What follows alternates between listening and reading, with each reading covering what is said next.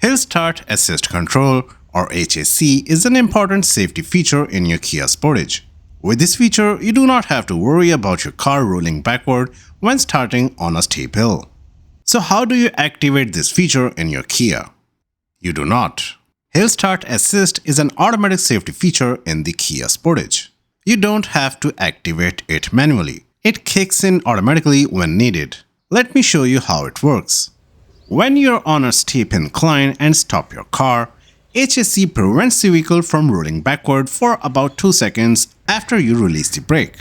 This gives you enough time to press the gas pedal and move forward smoothly.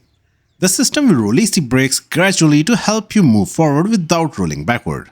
This feature is particularly useful when driving in hilly or mountainous areas or in stop-and-go traffic on slopes.